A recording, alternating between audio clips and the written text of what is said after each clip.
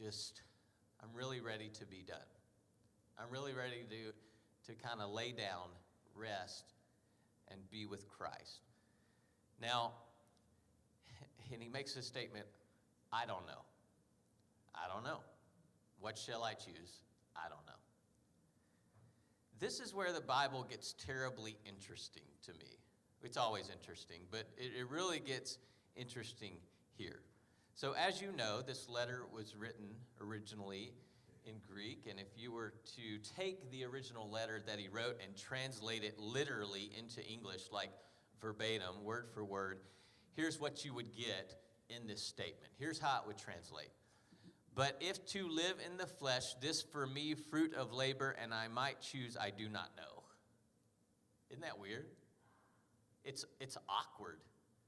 This sentence in its original language is just a strange sentence.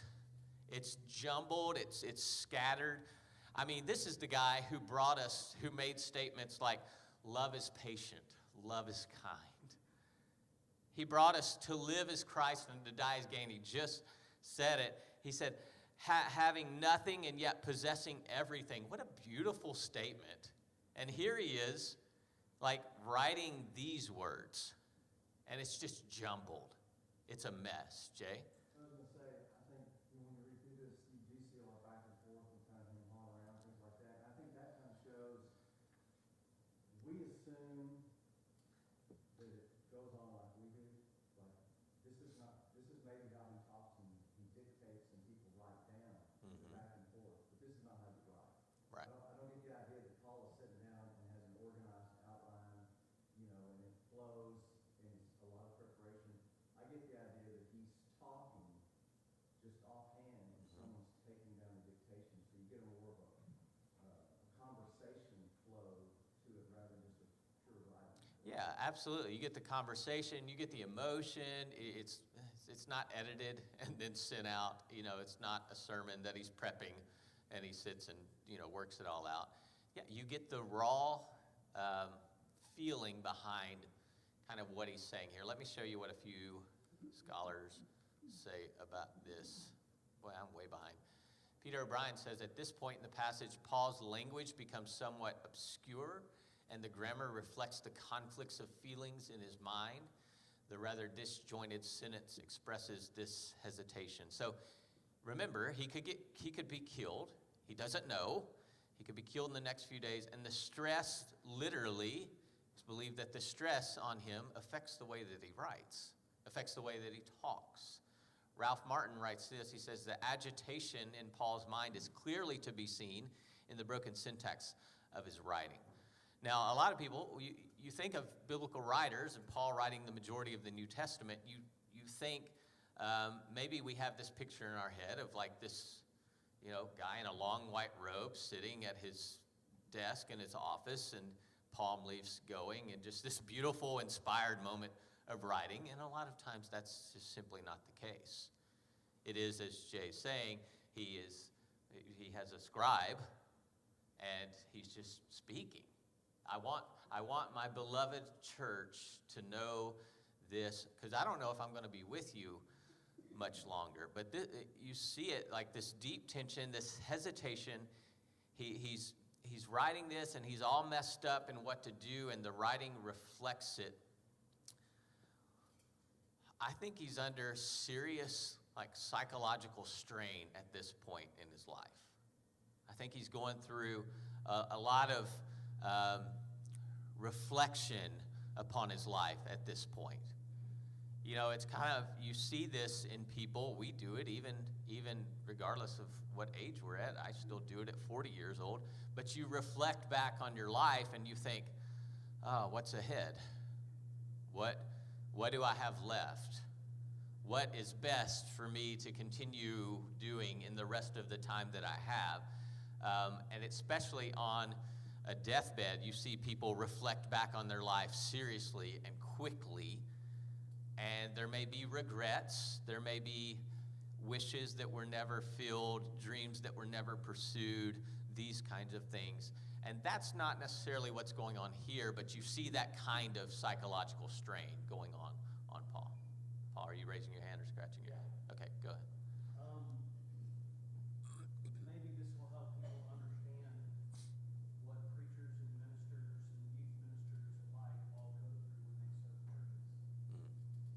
How so? I know it's not a prison cell that most prisons, well, Can be. it could be, No. you know, in the courthouse, but not here. But just so if he continues living, he's suffering. If he dies, then it's gains to be remitted. So the problem here is not necessarily the fact that he's just in a prison cell. He's also serving churches, not just the Philippians. There's multiple churches here at this point in his ministry that he's probably even thinking about. But specifically the Philippians at this point. But I continue to think about the fact that am I doing this right by the Philippians? Am I, as a preacher, as a minister of the gospel, have I given my all? Have I done everything? Yeah. Here I am sitting in the cell and I can't be with you. Right. Maybe people will understand a little bit better what preachers and ministers go through for the sake of their people. He knows the high calling of what he's been called to. He knows the ramifications of what he does or doesn't do. It's a blessing, but it's also suffering. Right. I was talking to a youth minister yesterday who potentially wants to submit his resume here, and he was expressing a lot of the same psychological strain that I've heard from other ministers, and just kind of, I didn't even think about that, Paul, but yeah, I'm sure that plays into it. And the experiences that he's had, and it's very similar to what a lot of ministers express a lot of times, given various experiences and various congregations they work with and whatnot, and just the strain of he feels the importance of what he's doing currently, but he doesn't. He feels chained up in a lot of ways in what he's doing. And so we just talked about a lot of that. But yeah, I think that definitely plays into what he's saying and what is being written here. But you think about if you were in this position, Cheryl, go ahead. I was just going to say, Paul, if he's like my husband in certain ways, it's probably thinking, You're good? it's probably thinking that I did choose the right thing Yeah. when I feel this season. Right. When I could be out with solace, Right. going to the different places. And yet, we can look back and see how being in prison, Paul wrote, being in prison, he taught Romans who were going all over the world. The gospel spread. Great Britain, Northern Europe. So I think many of us sit and think, was that the right decision? And am I where God wants me to be? Yeah. If so, what does he want me to do? Right. It's a conflict. It's a battle even within our minds. You're right. And Paul, you can feel it. You can feel the tension there of, am I done? Have I done all that I can do? Does Paul have disappointments? Oh, yeah. You can see it in a lot of his letters. Is he disappointed in some of the people that he called to Christ? Yeah. And he wants to do better. He wants to see more. And it's just this battle within his mind. And what does your journal look like if you're in this situation? What are you writing down? If your life is on the line, if you've given your life to Christ in your work and your service to spreading the good news of the kingdom, and yet here you are and you don't feel like you've done enough, potentially. You know you could do more, but at the same time, you're worn out. You're exhausted.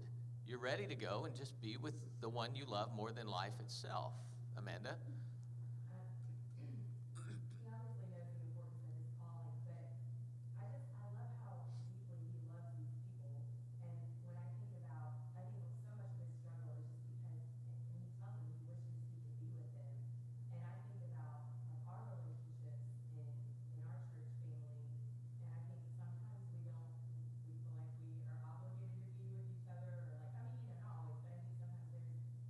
That's how Amanda feels. I love being with you all, just so you know.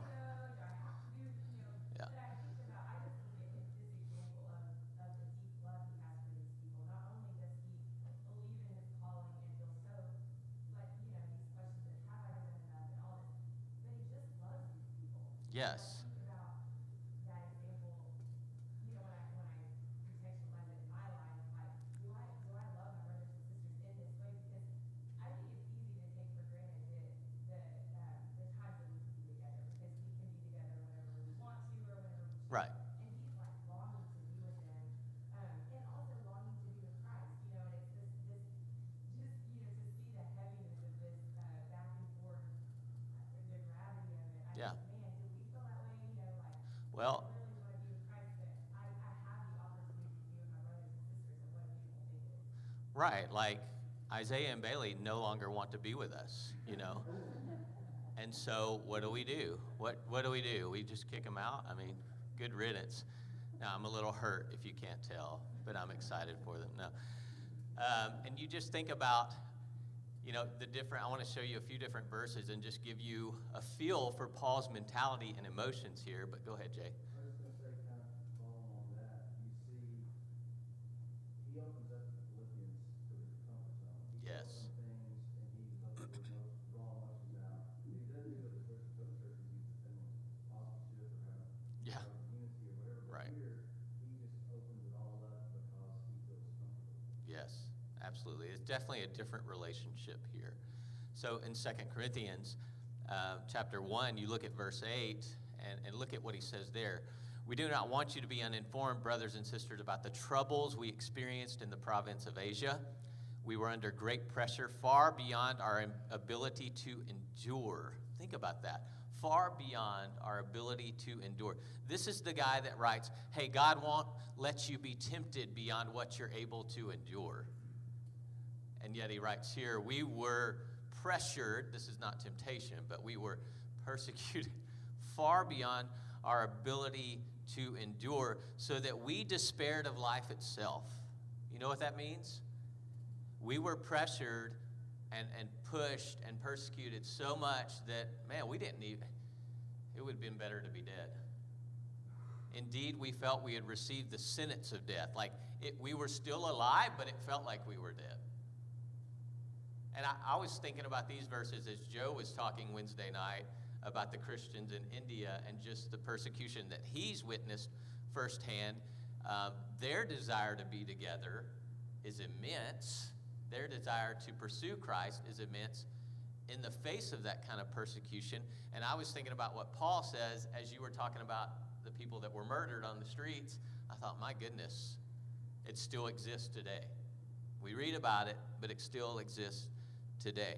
So also a part of this letter is Paul, like Jade said, trying to defend his credentials, trying to prove his apostleship and that what happened to him did happen to him.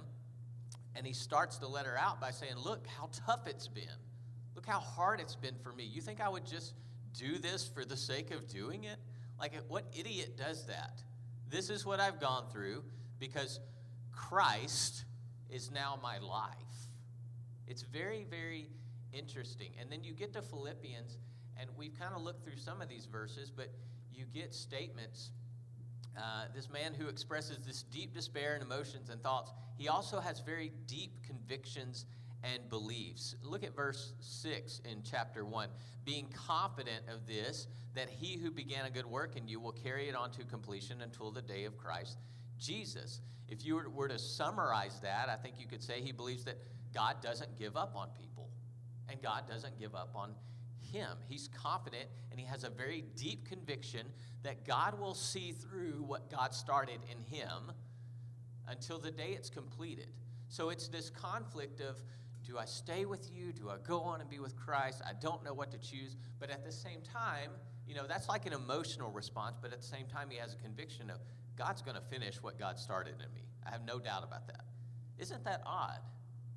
It's this conflict of, I'm in this moment, I feel this, but at the same time, I have conviction that God is up to something in my life. So you get these statements. Look at verse 10 here. He says, so that you may be able to discern what is best and may be pure and blameless for the day of Christ. Now, the day of Christ for Paul is a moment in human history, the return of Christ, the renewal of all things, as Christ will say in Matthew, the reconciliation of all things. Paul believes in this as much as anybody. And he knows this as he's convicted that this day is coming, where everything is born again, where everything is made new. For Paul, he believes that history is headed somewhere. History is on a course, and he doesn't believe that we're just floating around and that we don't have a destination and we don't have a purpose. He finds hope in this day. He finds hope in the day of Christ. And you get to verse 12. He says, now I want you to know, brothers and sisters, that what has happened to me has actually served to advance the gospel. He reminds them, and he reminds himself, I believe, all the horrible things that have happened to me, they're actually for good. They're horrible, they're painful, but they're for good. They're for the kingdom. So he has these firm beliefs and convictions about reality and suffering, about good things and redemption and the future. And then one more, verse 18. He says, Christ is preached, and because of this I rejoice, yes, and I will continue to rejoice. So he could die in a few days, but he rejoices. He could die in a few days. He's in prison, but joy for Paul is always there. Joy is as sure as the sun. Like it is in him. This is someone who strongly believes that joy transcends circumstances. And he's in one of the worst circumstances that you could be in, and yet he rejoices. He will say, rejoice. Again, I say, rejoice, like you rejoice again and again and again. So I would say there's two forces at work here, and we've talked about this. Richie, go ahead. You know, every couple of months, he's been arrested, he's been in jail, he's been almost killed a number of times. And this feeling that we're reading now, do you think that he had this feeling every time he was about to head in a prison somewhere? I mean, is this just now coming out that he right now that he's about to, and my thought was that he knows he's close, but you know he was close 3 months ago, you know? Yeah. So he's pumping himself up for what if. God's gonna, maybe he's gonna get me out of this one more time, you know? And maybe he knows, no, he's not. Yeah, I mean, I think he's gone through so much. There had to be times where he's thought this is the end. You know, when you've got wild animals trying to kill you, you got to think this is the end. But right, like you've got to think at some point. But at the same time, I feel as though he had a deep conviction of God called me to be the apostle to the Gentiles, and at points he hadn't yet done things, so he thought, okay, I'm still going to go after this.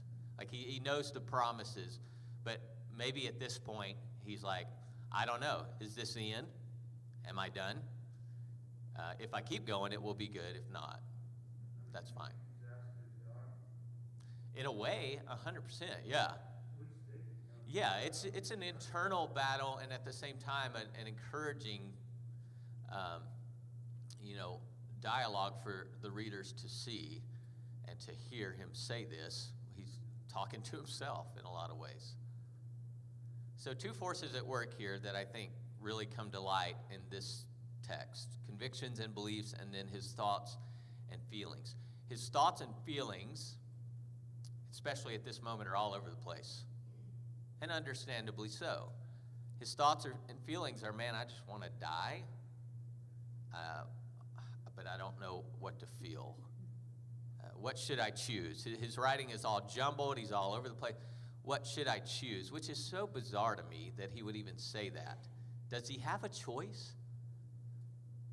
I mean, what does he mean when he says, what should I choose, Jay? I think for me it could be, should I choose God? Should I choose to follow along?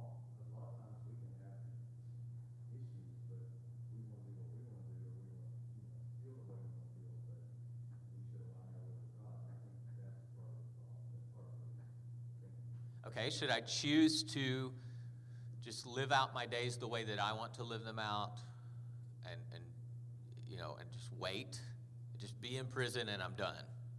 Or should I try and pursue God's will, submit to that, and see what comes of that? Potentially, yeah. Kinsey?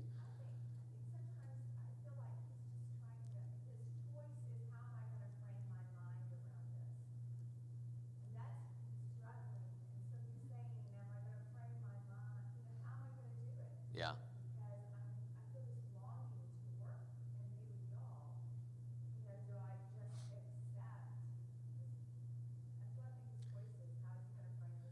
Yeah, he's trying to grasp it so he can deal with it in a lot of ways, for sure. Martin?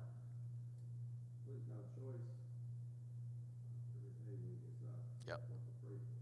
Mm. Is he praying for deliverance? What is deliverance? Is deliverance death? It's the game. Yeah. Or is deliverance to be set free and be more able to carry the gospel that way? I mean, so what should he choose? Right. That's great insight. I think that's a big part of it is how do I talk to God? How do I prepare my mind? How do I move forward? What do I believe? Where do I put my hope in today? So his thoughts and feelings don't often seem to be in line with his convictions and beliefs. Man, I wish we could relate to this, don't you? Man, I wish this applied to us today. Amanda and then Paul. You raised your hand and then put it down.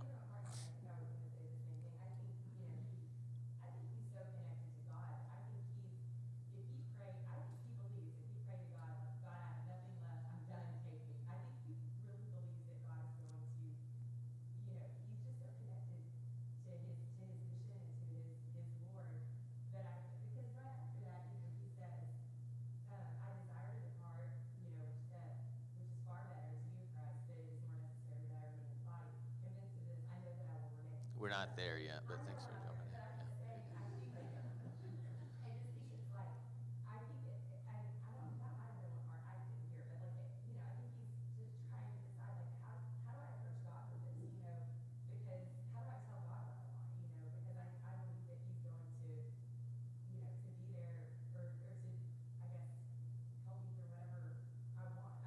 Right. Okay. Paul? One of the things we have to consider is what he's said before also. Earlier, he's been talking about people who come along and preach the gospel for Yes. different motivations. Right. Well, his motivation landing him in prison. Yeah. His motivation has been suffering. His motivation has been for the sake of his people to preach this truth that has landed him in these circumstances.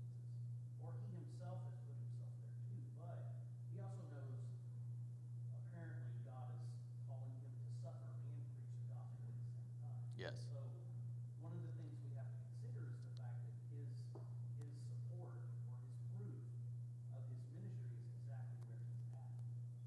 And so that's a hard pill to swallow Mm. for any, I'm sure for any preacher, much less missionary. Yeah, the thought of, I knew what I was getting into, I knew what I was doing, and I knew it would result in this. But man, it's not fun. But here I am. Here I am. Here I am. And so you see these convictions and these beliefs, and yet he feels this way. Emotions, feelings, man, this is hard. So we can relate to that, right? So let's talk about us for a second.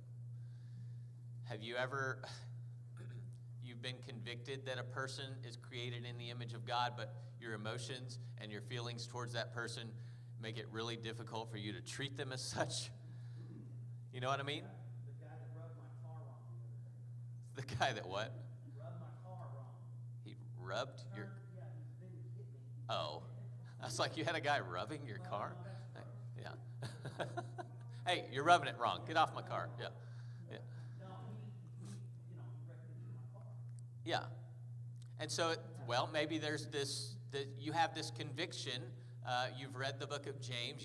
You know, like, I know I need to hold my tongue, but right now my emotions make it very hard for me to live into my conviction, my belief. right? We have our convictions and our beliefs, and then there are our feelings and our emotions, and they're all over the place sometimes. You believe in God. You know that he's good. You believe in kingdom work. You believe in pursuing the kingdom. Yet, how many days do you find it emotionally challenging to do so? You want to, and we're not in the same position as Paul, but you want to throw your hands up and just be like, and for us, I would even say, we question, is it worth it? Is it worth it? Paul talking about, because Paul was a preacher for a long time, once you've experienced ministry in any capacity, especially when it is your duty, when it is your burden to bear, you feel responsible for the outcome of a lot of the things you do and you say, as you should, as we all should. But if you spent any time in full-time ministry, what you see is you pour your heart and soul into something, and yet the numbers don't reflect that. Or yet people just don't seem to care. Or nothing is growing numerically, and yet you have these convictions and beliefs, and you think, man, it's good, right? It's kingdom work, but then your emotions are like, is it worth it? Should I just keep going and keep doing this and keep plowing away? And yet everybody else, and I'm not talking about you all, I hope you know that, but these moments of everybody else doesn't care, you feel like you're the only one that cares. If you've been in full-time ministry, you know exactly what I'm talking about. And so you have convictions, yet your emotions at the same time are, I kind of want to give up. I kind of want to be done. I kind of want to go work somewhere else without the burden of this. And I feel that in Paul's letter to some extent, but different circumstances. Cheryl? I was going to say, we are always built to have conflict because different parts of our brain, one is rational thinking, one is emotional or even reptilian thinking. Yeah. And so we are constantly having to have control over our thoughts. And then from control over our thoughts, we need to have control over that time. It's one thing to have a thought that's very, very hurtful for you to use your time against someone. Yes. I can just see Paul, all the parts of his brain lighting up as he's thinking these things. Yes. God made us that way, but he made us with parameters. Mm-hmm. Absolutely. And so as you think about your convictions and beliefs and yet your emotions and the tug of war between the two in your life, in various whatever settings that you have battled with this, how do you get to a place that Paul is at where you land and you say, well, I know, I'm going to go with what I know. It's better for me to continue being with you. I'm going to finish out the work that is set, even though I really want to just kind of lay down and go be with Christ. Sherry? Paul didn't know. I keep looking at the two words, fruitful labor. Yeah. He didn't know that all the letters that he was writing were going to one day be canonized. Right. Put into a book and made into scripture. He thought he was going to go to Spain. I know there's some debate about whether he did or didn't go. It's not on the map in the back of my Bible, so I don't think that he went to Spain. That's what he thought.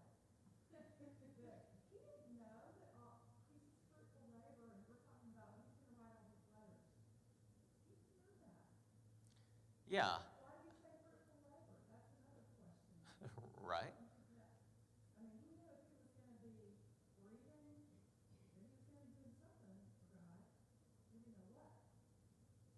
it's one of my favorite things about the Bible, Sherry, is you have all of these men and women who we get to view them in the moment.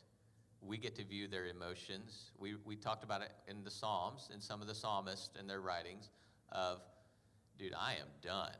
I'm angry. I'm upset. That's not the case for Paul, but this mindset of, I don't know. And yet we know, sitting from our point of view, looking back, we know what God has done through their work and what God has brought about through their work, and the hundreds of thousands of people that have been affected, the millions of people that have been affected by what Paul says right here in verse 22. Even just this one statement. Do you think Paul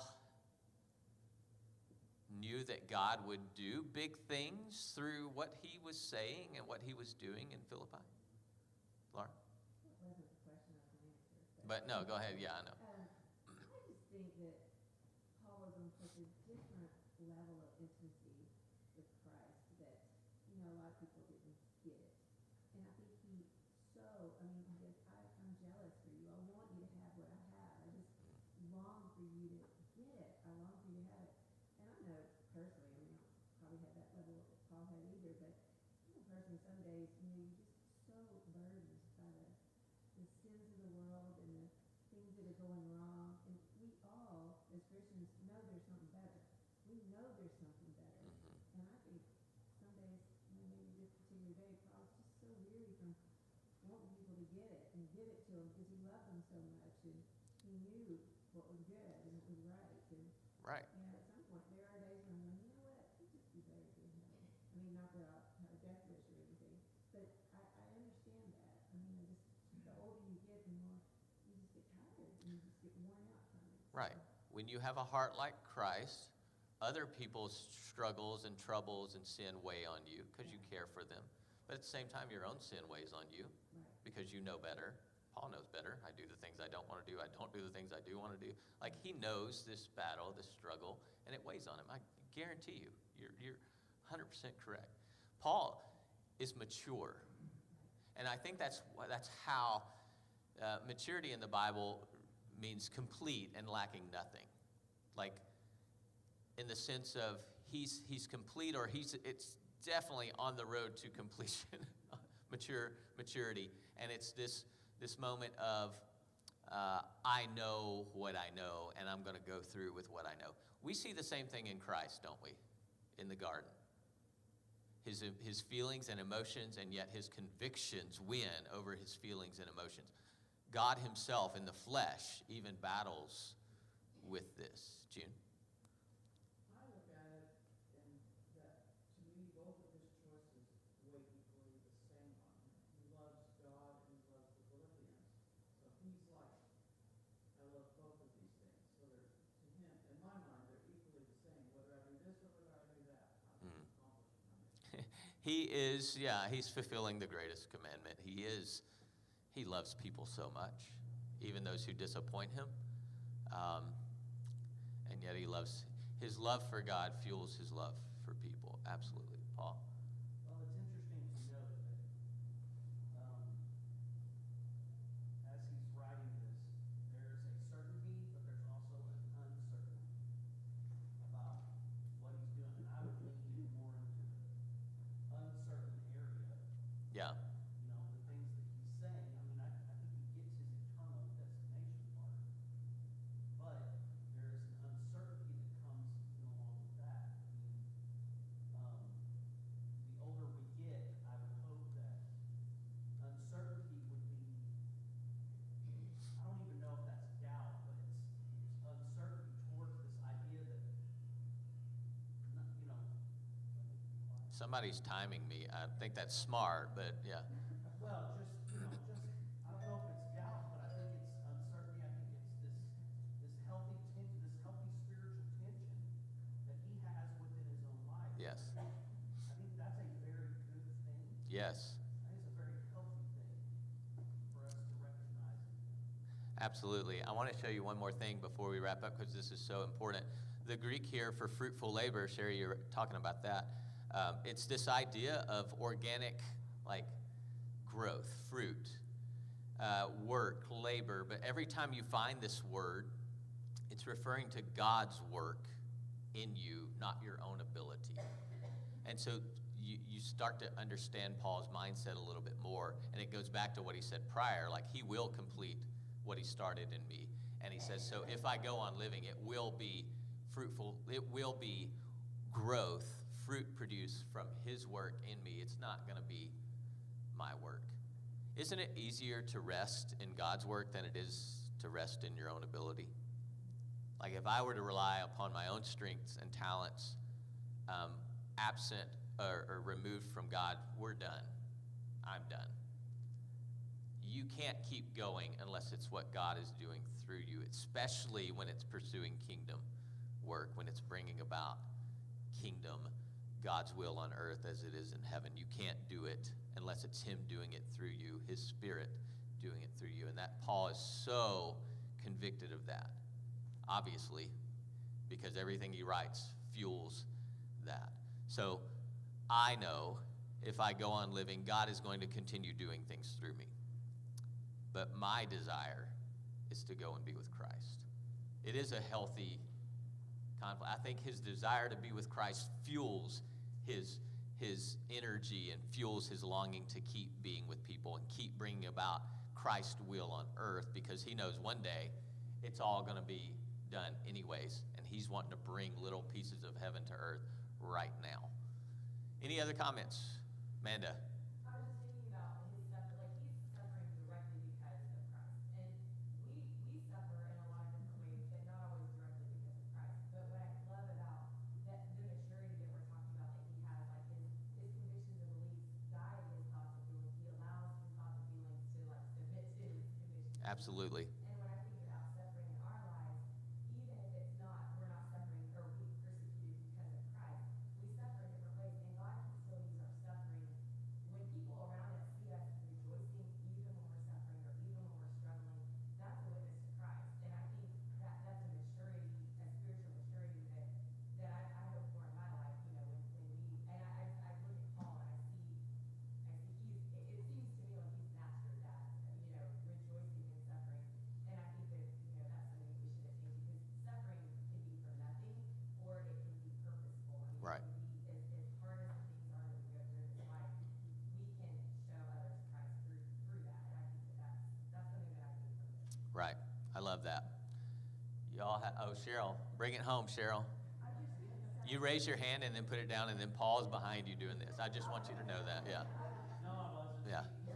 Yeah. I was just going to say that it all amounts to faith, our complete trust in God, that he is, we are where we're supposed to be, and he's going to use us as his will. Yes. It's reassuring. It's comforting. And I have that conviction as well. Yet our emotions sometimes get in the way. That's what I say, we're human. I love that we can relate to Paul in this way. I love that we can relate to Christ in this way. And yet that gives us all hope to keep moving forward. Thanks for your comments. Love you all. Bye.